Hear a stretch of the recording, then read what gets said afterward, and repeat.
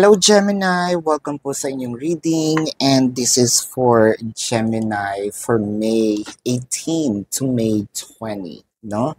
So, para po sa mga bago, don't forget to click the subscribe button, smash the like button, comment below kung kayo nakaka-resonate and hit that notification bell. At kung gusto niyo po ng dalawang reading po mula sa akin sa kabilang channel po, Babaylan TV. Yun po ang ating unang channel catered for our international audience, no?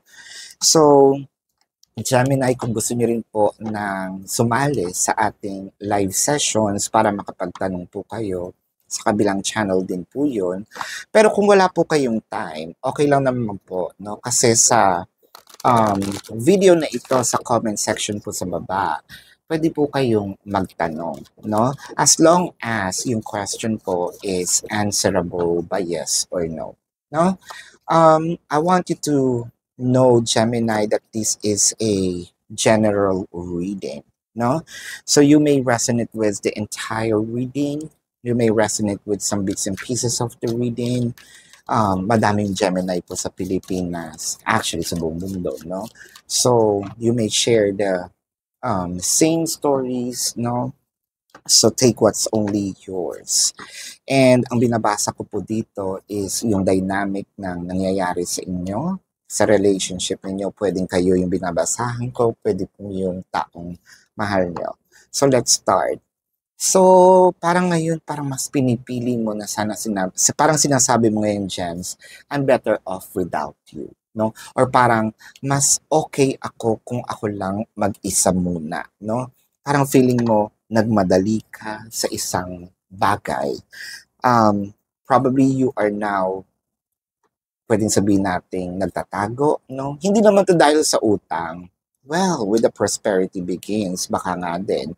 Pero hindi naman, no? Hindi naman manunuba, no? Si Gemini. Ang nakita ko dito is, you would probably be looking for yourself first. No? Parang sinabi mo dito, ay, unahin ko muna yung sarili ko kasi kumbaga yung opportunity nag-o-open na eh, no? Sasayangin ko pa ba?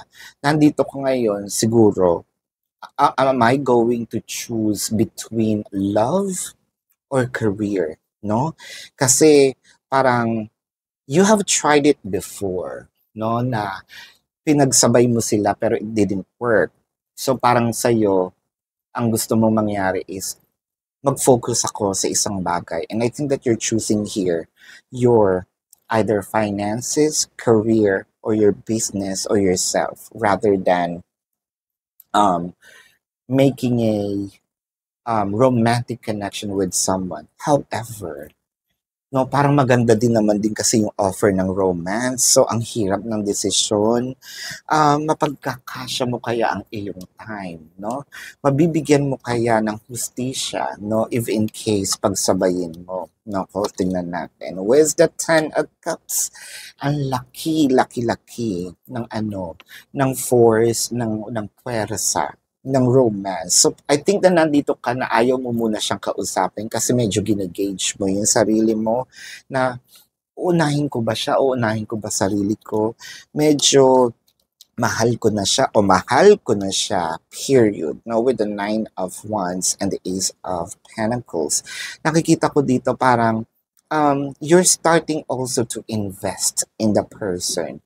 No, kumbaga nakuha niya yung tiwala mo. No, and takot ka, no? Either takot ka ng umibig muli or takot kang dahil sa mga past experiences, no? Takot kang bigyan to ng chance dahil nga sa mga nangyari nga sa iyo ng mga nakaraan with other people. 3 of Pentacles, Queen of Cups, and the 4 of Wands. Naku, yung iba sa inyo, no, maliit lang naman yung percentage. I think na nakipaghiwalay pa sa ex and still may connection pa from ex. There's a new person here who's trying to probably get your attention, no? Kung nandito kayo sa sitwasyon na to, no, I just released a new video, Gemini. I recorded last night or yesterday. I posted it a while ago, no? Sino ba ang pipiliin? Si X or yung bago, yung current person. So, if you're in that situation, pakihanap na lang po no, sa mga videos. I just released it again earlier. So, balik tayo sa video na to. With the Queen of Pentacles, you're starting to also look at yourself with this person na may possibility na siguro nga baka magkagusto din ako. Na parang ang bilis-bilis ng takbo ng pacing nitong bagong person mo, no? Actually, pinapakitaan mo siya ng kasungitan. That's true. Somehow nag-attitude tayo sa kanya. Hindi naman sa pagmamaganda, no? Yun yung tinatawag natin, pagmamaganda. Well, actually, maganda naman talaga tayo. Pero, kumbaga tinitest natin, no? Either yung patience ng tao, or either, baka mamaya, no, pinapaikot lang tayo. Kaya, it's okay to test the person. It's okay to test kung ano ba yung intention, no, nung taong ito sa atin. Kung yun yung tanong nyo, comment po kayo no sa comment section yung kung mabuti ba ang intention ng tao.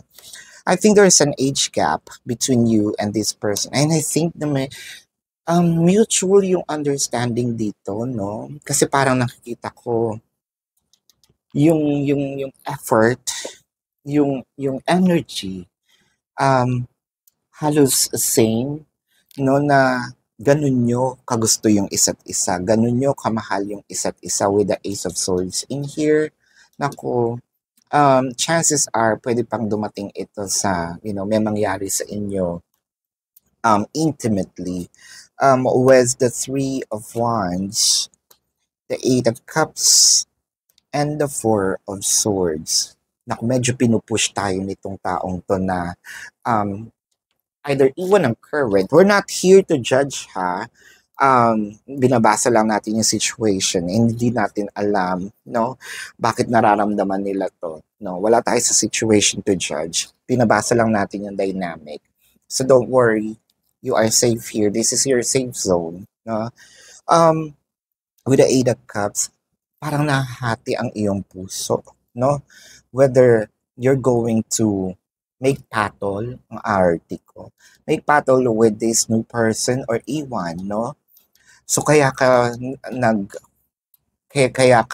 medyo nagtatago ngayon, ayaw mo muna, kasi parang sinasabi mo dito, nakaka-stress, no? Ang hirap maging maganda. Ayan. Ang hirap maging maganda kasi kailangan kong pumili ng dalawang tao, no? So this is your reading for now. Gemini. For those of you who's new to the channel, don't forget to click the subscribe button, smash the like button, comment below kung kayo nakaka-resonate, and hit that notification bell. At kung gusto nyo po ng dalawang reading po sa akin sa kabilang channel po yun, no? Babaylan TV. Ngayon, kung meron po kayong mga tanong, katulad ng sabi ko kanina sa comment section, as long as the question is answerable by yes or no. Maraming salamat po, Gemini. Love and light. Namaste. See you po sa susunod na reading. Goodbye.